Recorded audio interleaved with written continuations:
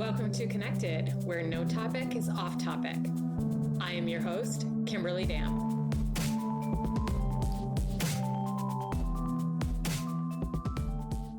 Does anybody know how to change the settings on an iPad so that it doesn't lock? I swear to God, this is living at home. This is working at home, people. Oh, anyway, congratulations. Welcome. You've made it to another episode of Connected. I was talking to myself when I said that. Anyway, we are in season 2, and I think that this is episode 8 or 9. So yeah, we're coming down the barrel. But anyway, welcome. If you're here for the first time, thank you for joining me. And if you've been here before, thank you for returning. I question your sanity. But anyway, I'm thankful that you're here.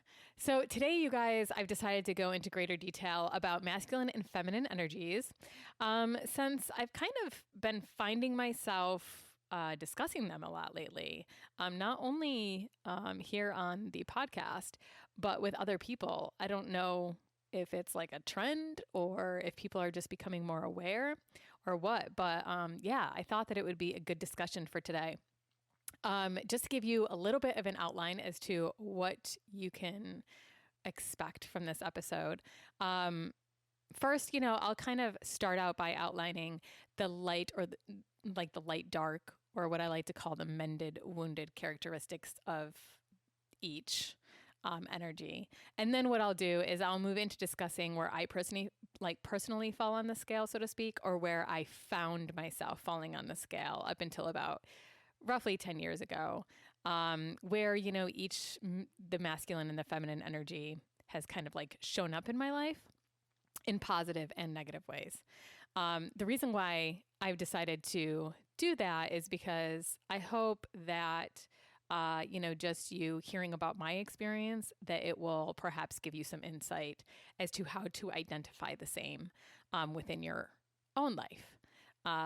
And then to conclude, I'm just going to highlight some ways in which my own feminine, masculine energies have been out of balance, where I've had to make modifications, and why I feel it works best for me to sit predominantly in my feminine energy moving forward.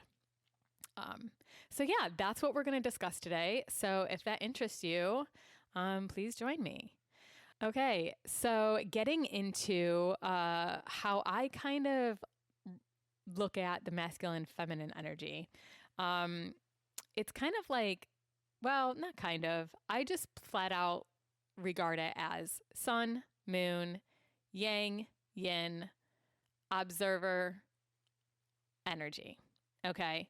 So whichever kind of like analogy you decide to go with, whether it's, the sun is the masculine, the moon is the feminine, or the yang is the masculine and the yin is the feminine, or the observer is the masculine and the energy as the feminine, whichever kind of resonates more strongly with you, I would just suggest kind of using, because there's even points in my life, especially over the past 10 years, that I've had to kind of be like, okay, wait a second. So what energy am I in right now? And I just think of the sun and the moon. So I do want to say before we move forward that while it is common for us to associate men with the masculine and women with the feminine, these energies are not specific to gender, nor do they determine sexuality. Okay. We all are made up of masculine and feminine energies. Now, what I will say is we usually find ourselves sitting predominantly in one energy over the other. Okay. And this, again, is not dependent on gender, which I'll get to and I'll explain later in my own personal experience. So since, the masculine is the initiatory energy, let's start with that one first and we'll discuss characteristics. So again, the masculine, if you want to identify it as the sun or yang energy or the observer. Okay, the masculine is projective, it's active, it's giving, it's expansive, it's outward. Okay. If you think about it, the sun projects light and the moon receives it. I mean, that's how we basically can see the moon at night, right? Is because the sun or the moon is being lit up by the sun. So if you want to think of the sun containing very active energy and that it is supportive, it helps things grow, then that's an easy way to think about it. Characteristics that might come naturally for those that sit predominantly in their masculine energy are confidence, inner strength or resilience, responsibility, focus, logical. They tend to be, it tends to be more logical, supportive, stable, directive, protective. It comes to clarity more easily, comfortable setting boundaries, courageous, disciplined, capable, certain, and assertive, and ultimately like purpose driven. Okay, so when you think about, yang energy, it's very external energy.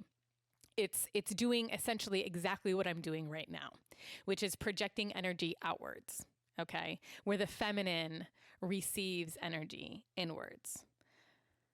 And then to discuss those characteristics, I would consider them mended, okay? Those are the positive aspects of the masculine. Moving into the wounded masculine characteristics, that would be one of a perpetrator. It abuses power, dominant, aggressive, controlling, competitive, confrontational, critical, abusive, avoidant, unsupportive, unstable, closed off. It can put more of an emphasis on achieving, basically the overachiever mentality, manipulative, and reactive. So what I love about this is you'll actually, if you were to bring these up online, you would see that in many ways, basically what happens is if you're not in the healthy version of something, most likely you're in the unhealthy version of something, right? So you can kind of see how these weigh out. And that doesn't mean, like, I just want to sit here and say, like, if you're exerting self-control, that does not mean that you are sitting in wounded masculine energy. Okay. Self-control is not what I consider control. It depends on where the pendulum is on your control scale, right? If you tend to be overly controlling of yourself and others, then I would say that you are sitting predominantly in wounded masculine energy. Okay. Now, just to go through, it was amazing because I've actually studied this quite a bit in terms of relationships. What's really beautiful is when we start to evaluate the differences between the masculine and the feminine, we can truly start to appreciate how they're unique and really rise to support each other in that. And so what I love to discuss is the true deep desires of the masculine and also like needs, but also like intimacy killers. So I just made a few notes on intimacy killers around the masculine. So the biggest one is being criticized. Most of us that sit predominantly in our feminine know that when the masculine is being overly criticized, that they tend to shut down. So that's a big one. The other one is controlled, which again kind of goes hand in hand with being criticized, and or shut out. So those are the biggest intimacy killers, because ultimately what the masculine truly craves, and this is also within us, because we have to remember that regardless of where you sit in terms of your energy, whether you're predominantly in the feminine or predominantly in the masculine, you can have imbalances within you around this. So the masculine inherently craves freedom and release. That is what the masculine at its core desires, is freedom and release. As far as needs, I would say admiration and appreciation. And as far as wants, I would say that it craves to be needed and respected. So just moving on, because I could go into a lot of this, but I just want to make sure that we keep moving forward because there's a lot of information here. So moving on to the feminine. The feminine's the moon. So it is receptive, passive, contractive, intuitive, inward. And I already feel like I'm hearing a lot of women scream at passiveness. But let's keep moving forward. Characteristics that might come naturally to you if you sit in feminine energy: unconditional love, understanding or compassion, nurturing, tenderness, kindness, intuitiveness, creativity, feeling or emotional, like emotionality, flow, radiance, surrender and allowing, sensitivity, and ease. Okay. That's, again, part of the mended feminine aspects. The wounded feminine aspects usually includes a victim mentality or powerlessness. It can be manipulative, withholding, needy, codependent, or like a people pleasing mentality, oversensitive, over emotional, confused, validation seeking, desperate, and generally fears abandonment. Okay. Now, one thing that I just want to point out here is I feel that a lot of people could argue, well, the wounded masculine can show up and have fear of abandonment also. And I 100% agree. But if we go back to looking at the wounded masculine, to me, it more comes from a place of rejection, and a place of, I guess like a place of rejection than of abandonment. So I know that like rejection can definitely like be seen as abandonment, but I think really at the core, men are kind of scared that they're not doing enough. And women are afraid that they are not being enough. There's a difference. And so, within the sun energy, because it is an external energy, it's usually associated with doing, right? It's active, where the woman energy, or the woman the woman energy, the feminine energy is more associated with being. Okay. Intimacy killers for the feminine: feeling unseen, unsafe, or misunderstood. And the feminine inherently wants to feel full. It wants to gather. It wants to talk. Feminine energy typically has such a deep yearning to feel so much and experience so much. So sometimes feminine energy, because it always wants more, it can be labeled as like being selfish. And we see this play out a lot in intimate relationships. It's really quite interesting, the polarity between the masculine and the feminine, where the masculine craves freedom and release, and the feminine wants to so deeply be ravished and experienced and enjoyed. So basically what happens a lot in relationships where this knowledge is not known or shared or expressed in a healthy way is that men, whoever sits predominantly in their masculine energy, will crave more and more and more freedom if they are feeling suffocated by whoever sits in their feminine energy, because that feminine energy wants more and more and more, and wants to feel full. And we can bring this down to, I mean, and we will talk about it in the future, but we can bring this down to sexual polarity, in terms of like, if we're even just talking about the masculine reproductive system versus the feminine reproductive system, and how, everything fits together like a puzzle.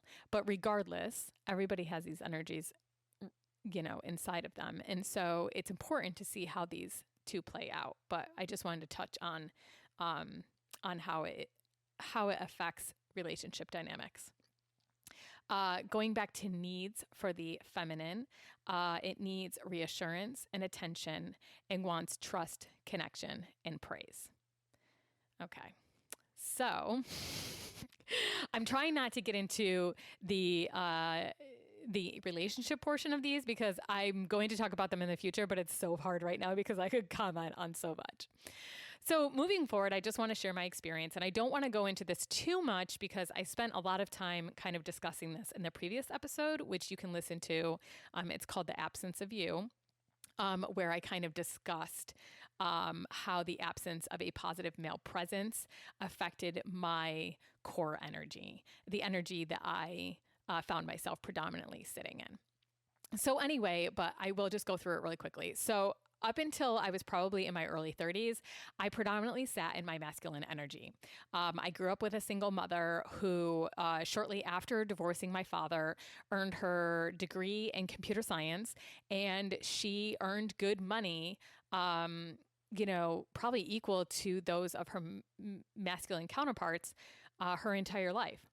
So I kind of not only saw her take control, but also work diligently and have the confidence and take responsibility and earn a degree and basically provide for her family and create support and stability with that. That's how I saw, that's what I saw. And so I feel that while my mother is a woman and she might say that she sits in her feminine energy most of the time, I saw my external, like the way that I received her was very much take charge, take control, responsibility. It was a lot of the characteristics of the masculine, confidence, resilience, focus, direction, all of that. So I believe that I adopted a lot of those, and like they were exhibited to me. So it was what I picked up. But I will say that I definitely developed, because I didn't have that prominent positive male presence in my life. There were times in which I slipped into the wounded masculine, and I'll go into a little bit of detail of that in like a couple minutes. But so, predominantly, like I just saw my mom, and my mom, she was just like, get her done. She had a get her done mentality. She was just kind of like straightforward and factual, but, it's kind of sad because I think in a lot of ways, that's something that a lot of single mothers do. It's a thing that single mothers have to do. And I talked about this in the episode, The Importance of Fathers. Unfortunately, it's only been in the past, I would say 10 years or so, where custody has been truly divided between both the mother and the father. And so, mothers had to kind of, they had to step into that masculine energy. And honestly, we can look back at the feminist movement, and that's really kind of what that was. And whether or not you agree with that, and whether or not you,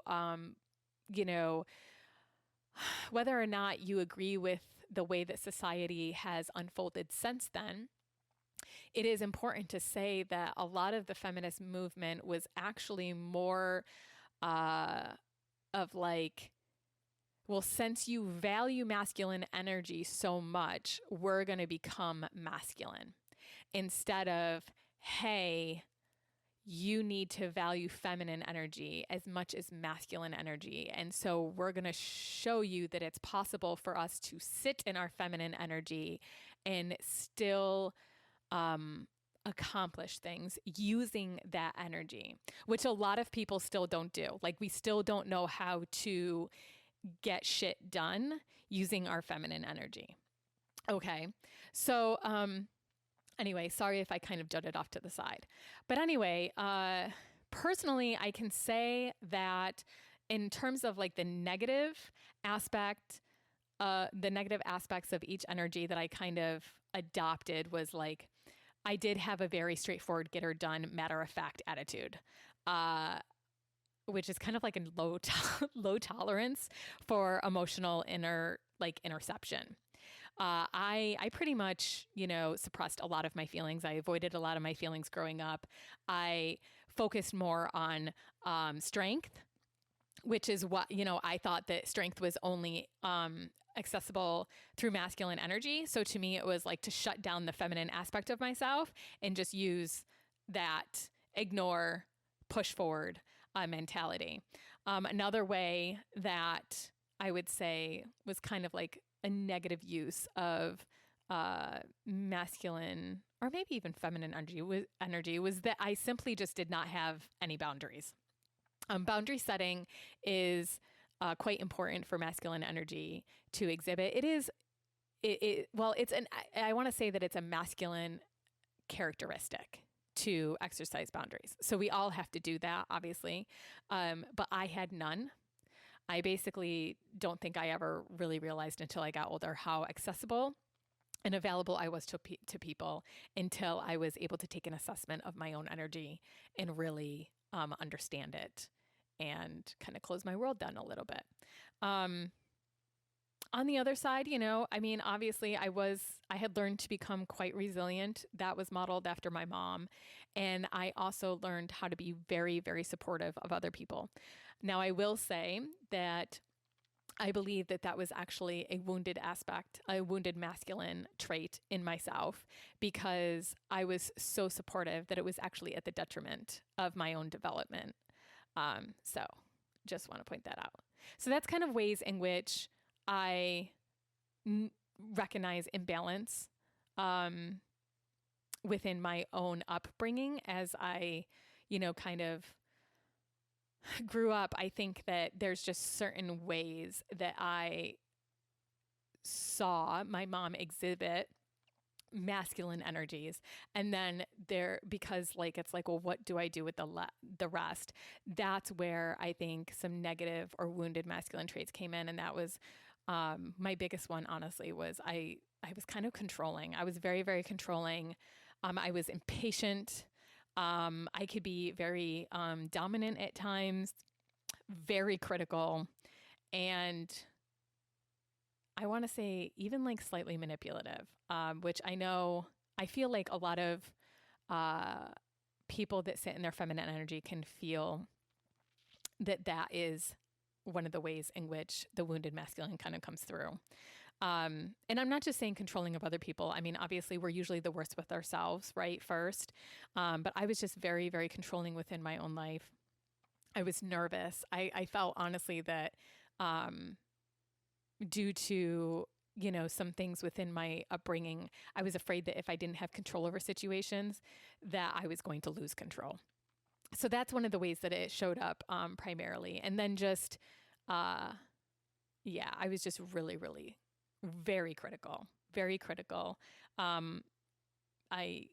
was very much black and white. I still feel like I battle with that a little bit, because it's just kind of easier for me to put things in boxes. But anyway, to be quite honest, like if I look back at my childhood, I simply just don't feel that I had any room for feminine energy.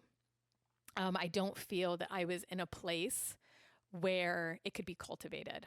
And honestly, on a societal level, it really wasn't valued. So why in 1984, 1988, 1992, 1996, or whatever, if the feminine energy isn't valued in society, and the majority of the way in which you earn respect in this world is to exert your masculine energy, then you're not going to place any importance on like learning that side of yourself or embracing that side of yourself or getting to know that side of yourself. To be quite honest, like you don't even know about it. Like you don't even know that it's there. The only thing that I can say that I feel that we may have a glimpse of that it's there is through spirituality. But unfortunately, so many of us were raised in dogma-based religion. And so things that may have been embraced or encouraged in the community were kindness and maybe unconditional love, nurturing, but intuitiveness, receptivity, allowing, flow, those are not encouraged. Being emotional is not encouraged. It's considered a weakness. And so not only was there no room for it, but it wasn't accepted. And honestly, it was, you were seen as less than if you exhibited any of those traits. And that goes for whether or not you sit predominantly in masculine or predominantly in feminine. And so that's where we've really kind of done a disservice and where there's been a great imbalance. But it wasn't really until I, started to understand the value of feminine energy and that it, is sacred and that it really has its own way of being and just understanding that it can be extremely powerful on its own. And and that I don't need to mimic. I don't need to, if I don't feel comfortable in my masculine energy, I don't need to be there. I can be in my feminine energy and I can be just as powerful. And that's where I think it's just so valuable to look at them each and to value them to be the same, value them the same equally, but know that they are two completely differently beautiful energies. So, it wasn't until I, kind of got older and I was able to kind of see that. And I saw that, through meditation and by reading books. I can highly suggest the Magdalene manuscript. I'm so sorry, you guys. The Magdalene manuscript, and that's by Tom Kenyon and Judy Sion.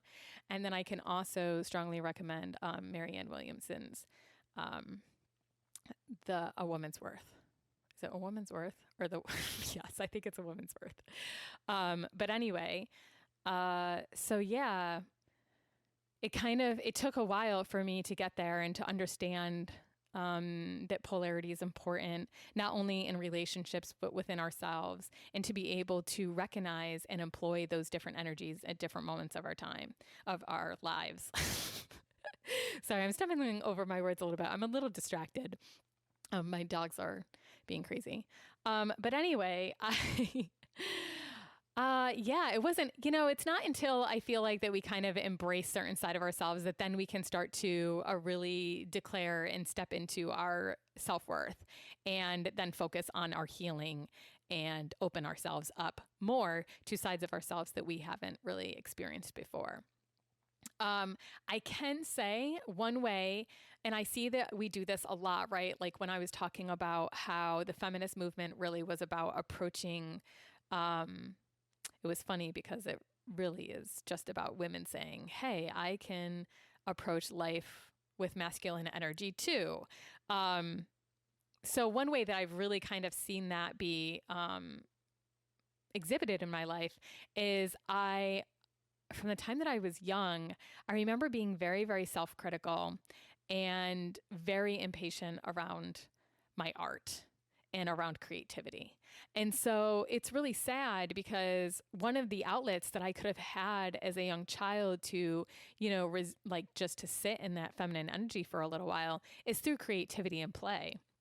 that's usually one of the ways in which, we incorporate it as a young person. And I really wasn't able to do that because I was just so critical. And so it's just sad. It's sad looking back on that. Um, but yeah, I don't know. So right now,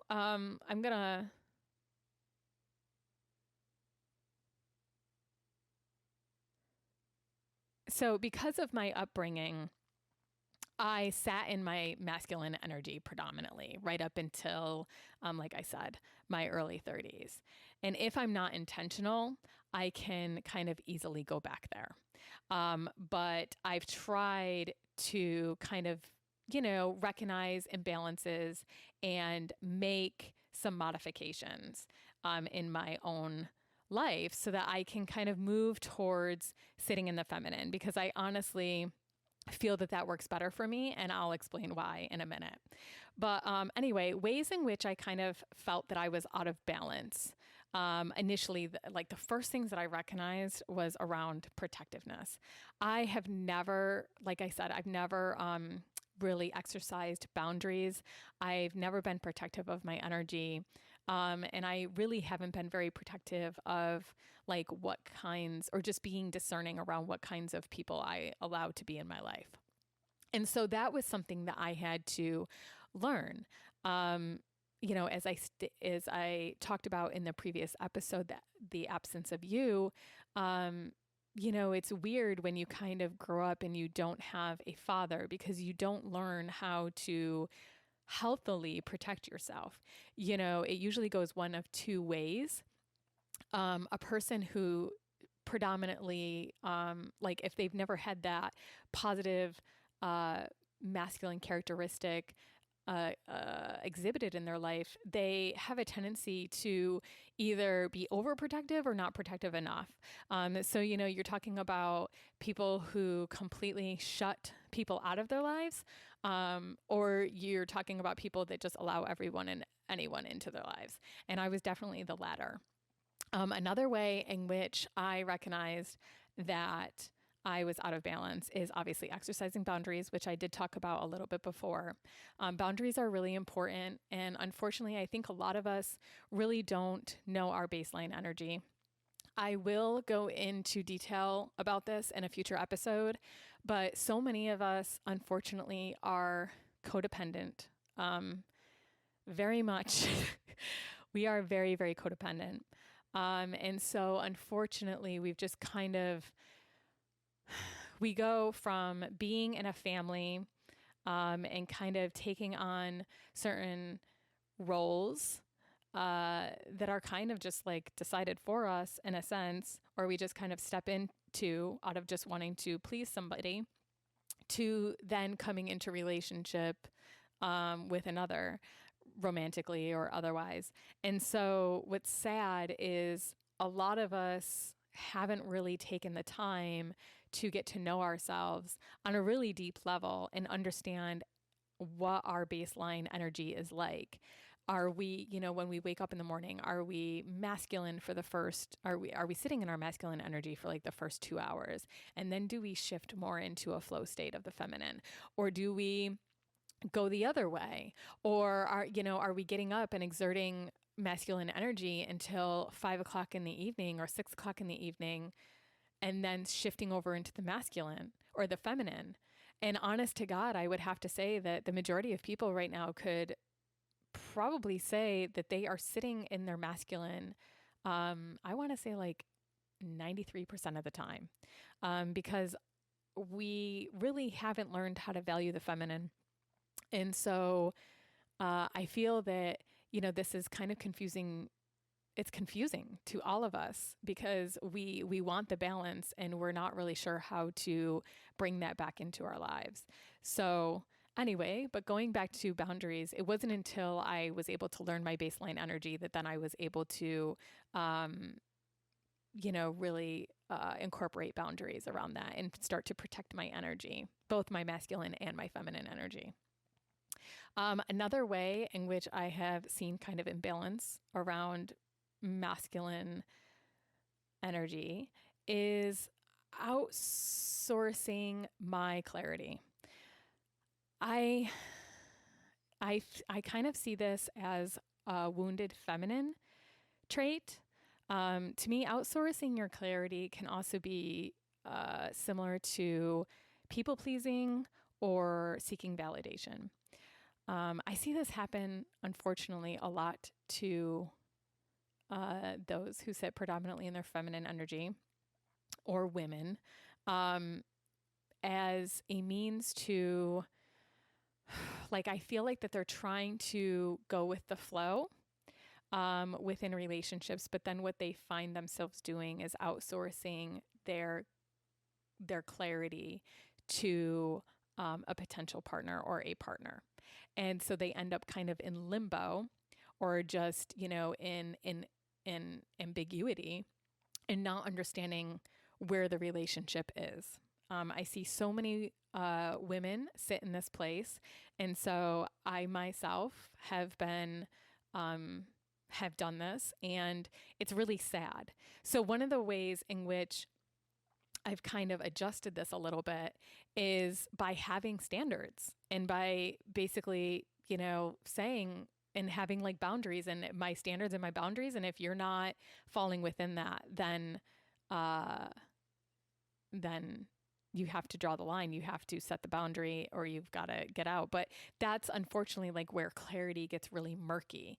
We have a difficult time identifying where people are overstepping in our lives. And it's simply because like we're not exerting the positive male aspect of being clear on what it is that we want and only willing to pursue that. So that's another area. Tying into that is part of the validation seeking. I actually didn't think that I sought the validation of men until I got married.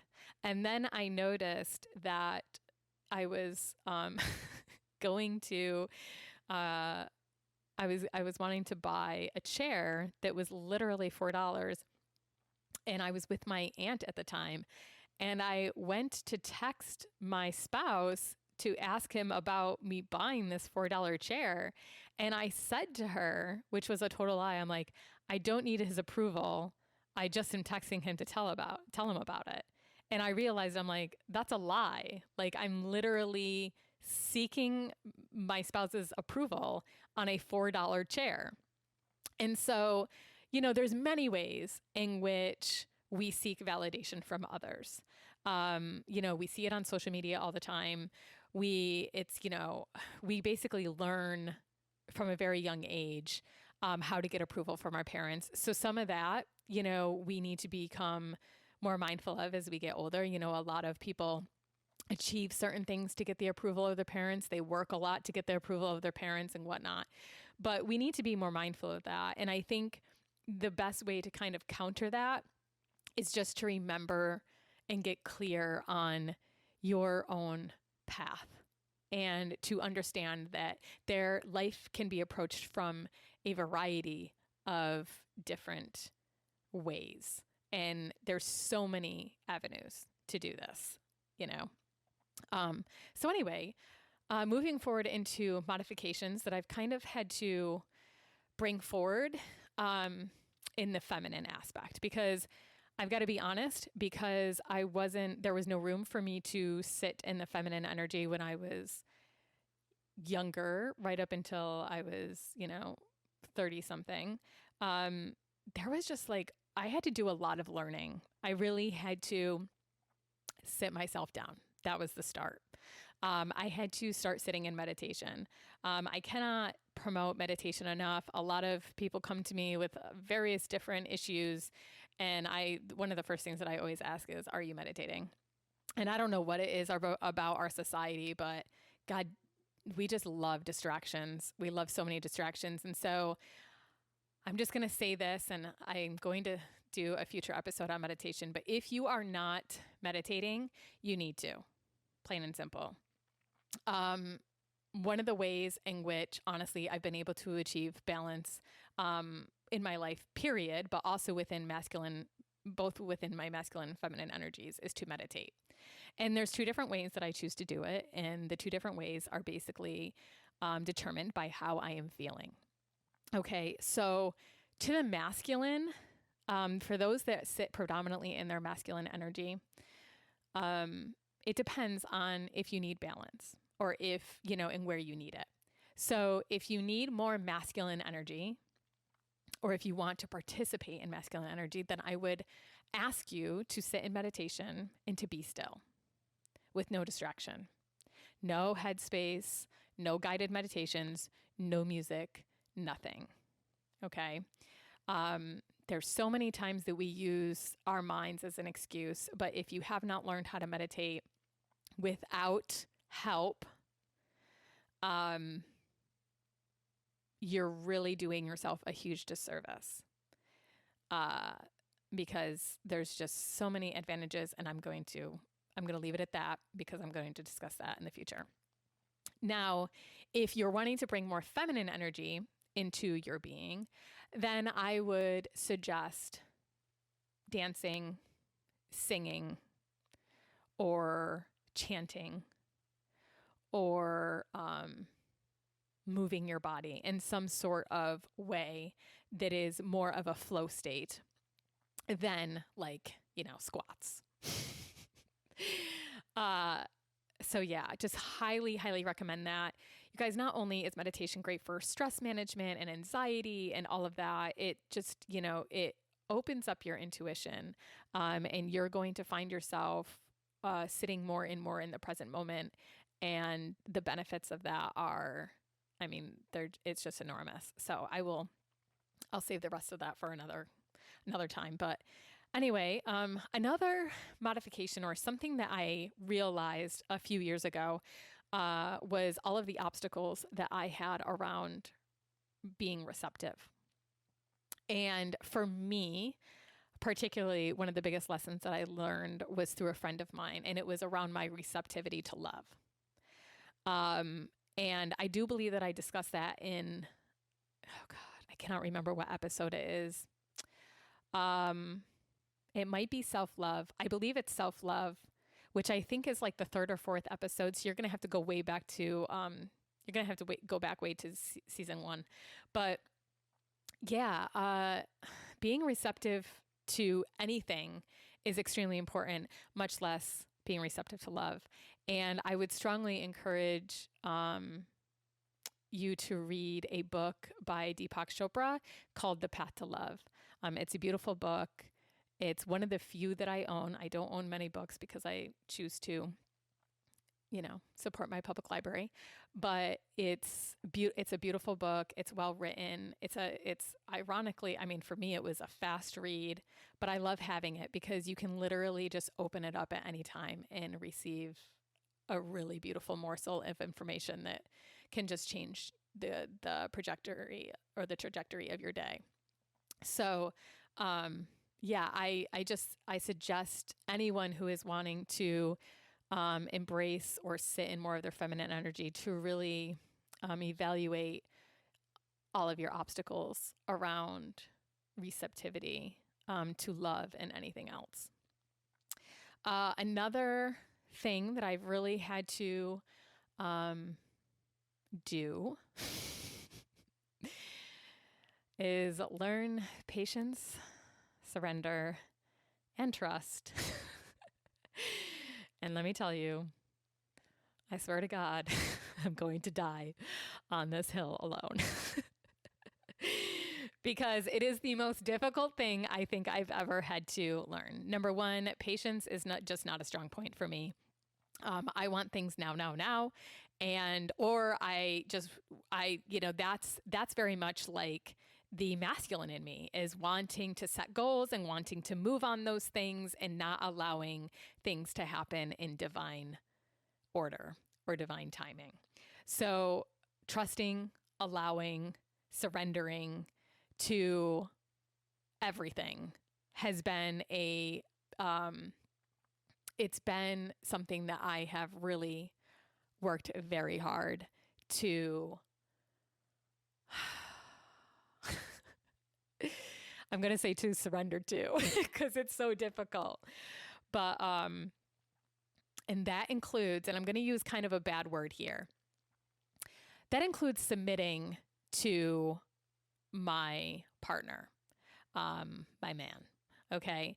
I know as those of us who have experienced the negative aspects of masculine energy, AKA abuse of power, submitting to masculine energy is not easy. Because we fear being controlled, because we fear being talked down to, because we fear being seen as less than. So I'm going to just say, be discerning, choose wisely, do all of your due diligence using that positive masculine energy to attract a partner that allows you to be in surrender and does not abuse the beautiful characteristic that it is. Okay, that's all I'm going to say on that. I'll talk about more about dominance and submission in a future episode. Okay, so another thing, and this kind of goes into trusting, allowing, and surrendering, but no goals, no routine, no schedule. If you want to sit more in your feminine energy, or you just want to balance your masculine energy a little bit more out, play with time a little bit more. Go with the flow. Be open. Be receptive to schedule changes. Be open to not having a schedule. You know, even if it's something like you say, okay, between the hours of 8 and 2, like I stick to a schedule, but after that, no schedule, no plans, no goals. Having no long-term goals for myself has been, oh my God, so amazing and liberating. You guys, like, I don't even know why we do this. I just don't understand the whole hustle culture to me, and this mindless, this mindless pursuit of happiness in the name of achievement is just complete and utter bullshit. And I don't know. To me, there's so much more power if I just go inward and kind of just sit back and allow things to come to me. And that doesn't mean that you can't desire things. I mean, obviously we talk about manifestation all the time. But I don't know. There's just something so beautiful about just going with the flow. And so I strongly encourage you to just experiment with not having any goals, schedule, or routine. Another feminine trait that I just have found has been so advantageous. Listening. Just listening. Being quiet and listening. I think that this has a lot to do with our intuition. And unfortunately, again, I think so many of us are just sitting in our masculine energy. So we're exerting. We're talking. I know I have a podcast, but we need to be quiet. We need to be quiet just as much as we are talking. And for those of us who want to be in our feminine energy more, we need to listen. There's so much value in silence. And you honestly, I don't think I could wrap all of the miracles that I've witnessed by me just listening and allowing in one episode. So I just want to say it's been very, very educational to say the least, for me to move into a state of listening and not like so much projection outward. And you guys know how much I love to talk. Another thing that I've incorporated more of is bringing my presence to my body and less so to my logical mind space, if that makes sense. I think if you are used to sitting in your masculine energy, you tend to think a lot and you tend to overthink, overanalyze, play things out in your head. And what's kind of dangerous about that is that you not only are manifesting a future that you may not even want, but you're living a lot outside of this moment. So what I advise is to get into your body more, feel how it feels, try to pay attention, even if you just set a reminder, every hour, like on the on the first minute of every hour, if you set a reminder that just says, tap into your body. How are you feeling? It'll actually create a habit within you to bring more presence to your body and to know how it's feeling, especially during certain tasks and activities, because I think part of this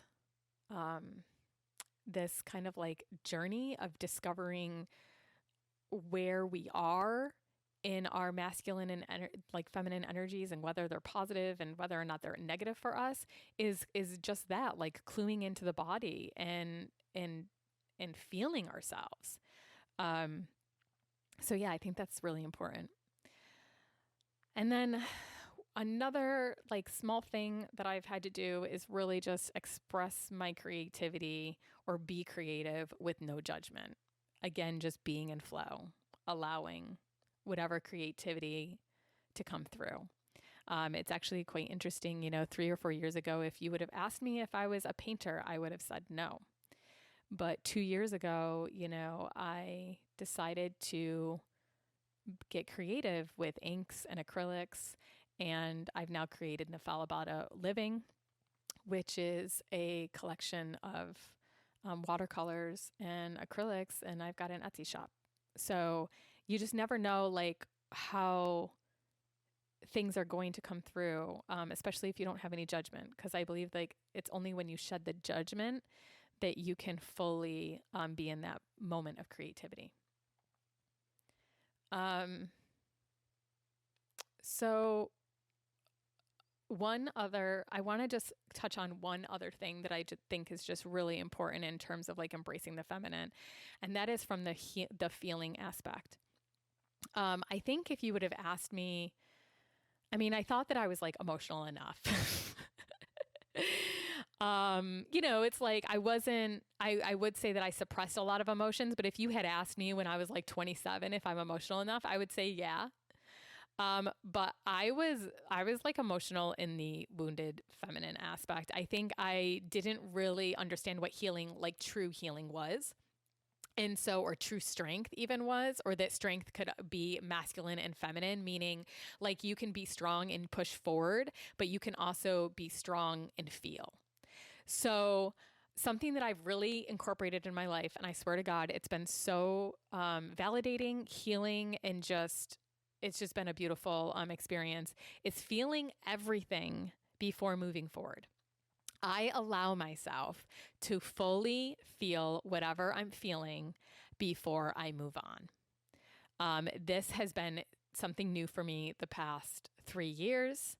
And so whenever I experience any type of disappointment, any type of, defeat, any type of impatience, any type of anxiety, I sit in it. Like I fully commit to that feeling, and I fully commit to feeling that feeling until it literally releases its hold on me. And that is how it works. I do not use my mind to distract myself. I do not use my mind to talk myself out of the feeling. I very much just sit with the feeling and it just releases. And it's just incredible. It's incredible. I can talk about this all day long. If you're really connected to your heart space, I know some of you, like when you are done releasing your feelings, you actually feel an opening of the heart space or the heart chakra. And I too feel that every single time. And it's just an amazing experience. So I would highly recommend that. Just going back to like moving, like getting into your body. I just want to make a note because I think that this is really important. even if you're just taking presence of your body and how it feels, or if you're even moving your body, like in meditation with dancing or whatever, I just want to say that I think in a lot of ways, if you're wanting to really incorporate more feminine energy, that you should be moving your body organically, because like there is no logic behind feminine energy. Okay. So that's like where we hear of ecstatic dance and things like that. It really is an organic movement. It's not something that's thought out. It's not rigid. It's not on a schedule. It has no goals. It has no routines. When you're literally in that space of dancing or moving your body organically, you are in feminine essence. That is feminine essence. Okay. Feminine essence is basically life. It's the dance. That's all it is. Where the masculine is like the observer or the space. Okay. So I just want to bring that in there.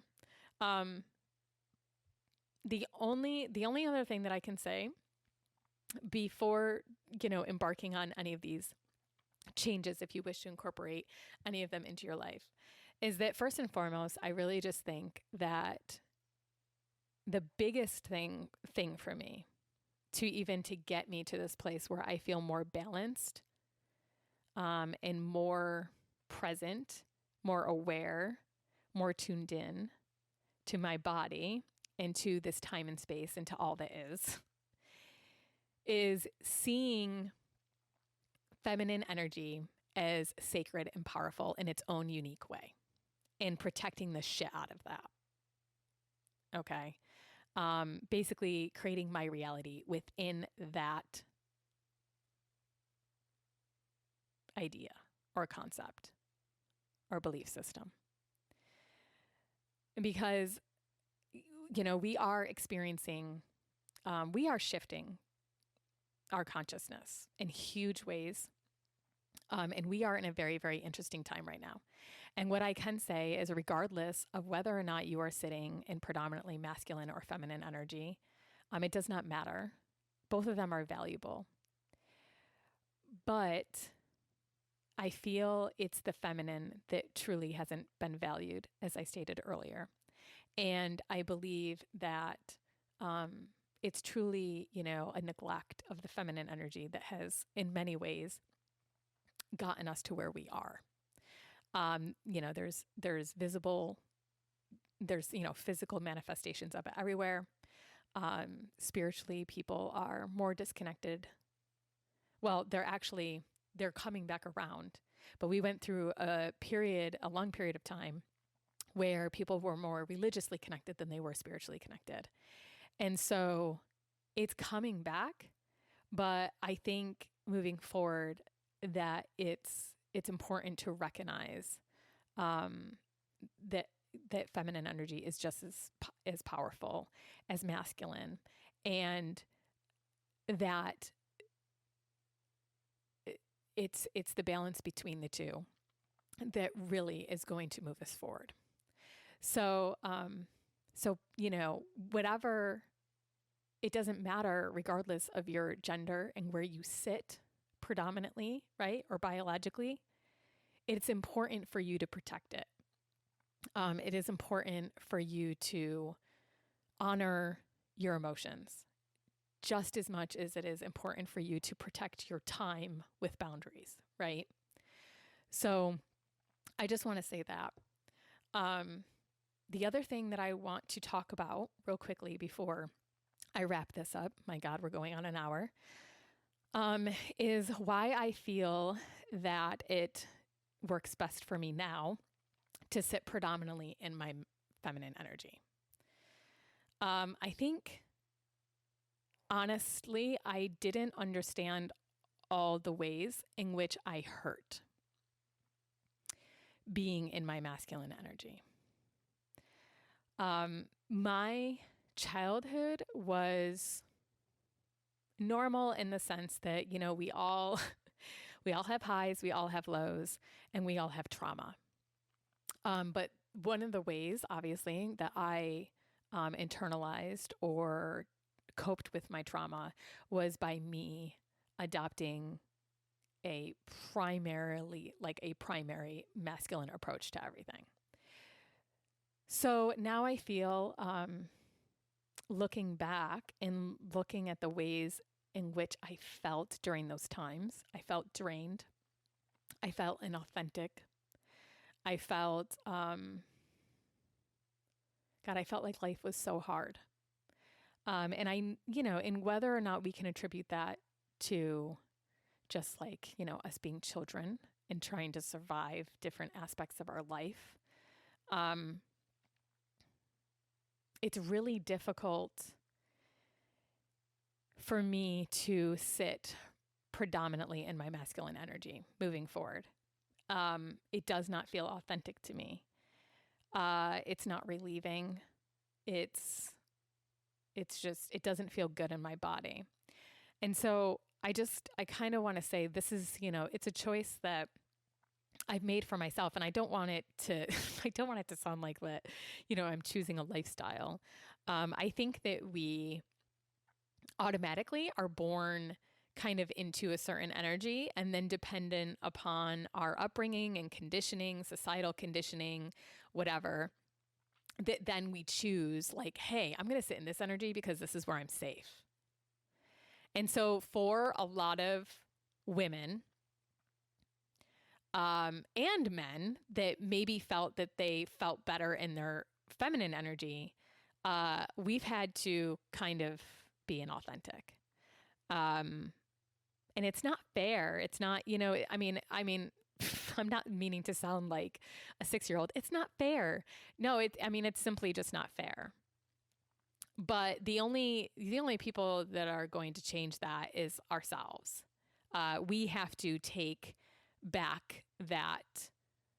We have to take ownership of that, right? Like, this is, again, validation. It's validation seeking. You cannot change other people's minds. You first have to change yourself. So, I can honestly say that there are definite moments in which I employ my masculine energy. I would say, confidence has always come really naturally to me. I kind of thank my Aries sun placement for that. Boldness, which is assertiveness. Let's see, I'm just going back through because I want to look, like obviously resilience, responsibility, logic, stability, courage. So like all of those really strongly resonate with me, and I fully step into those a lot of the time. It's very natural, obviously, for me to be in my masculine energy because it is where I have been. However, moving forward, I don't wish to reside there anymore. It's starting to feel unnatural to me after everything that I've learned. And so I think, when you go down a path, or when you invest in a path of trying to understand what all is here, what all is before us, what this quote unquote life is all about, it's really hard for me to sit here and say, I'm gonna listen to Gary Vee and I'm going to take his advice, and that is how I'm going to be successful. I have absolutely zero desire to hustle. I have zero desire to do things the way that other people have done them so that I can be successful. I don't need to do that. I've learned differently now. I've learned that I can sit down, quiet myself, listen, and pause, wait, surrender, and let things come to me in a more organic way. For me, as a person who wishes to reside more in their feminine energy. That is what is starting to feel more and more natural for me. But sure, when I wake up in the morning and when I, am managing my businesses, that prior knowledge of how to exert masculine energy, it's I'm grateful. I'm grateful to have that. So that's where I just, I say, like, it's really important for us to see where it works for us and where it doesn't, where we wish to employ it and bring it forward and where we don't. And, I can say even within a romantic partnership, I desire to be led. I desire to be directed. And I like that. That feels loving to me. Like that feels like it honors my strengths of being in flow and surrendering and allowing and really just trusting that God is going to guide me. And so I guess that's where I close. So I just want to thank you again if you've hung on this long for an hour and 5 minutes of me going down this path of discussing these two beautiful, equally important, but unique energies with you.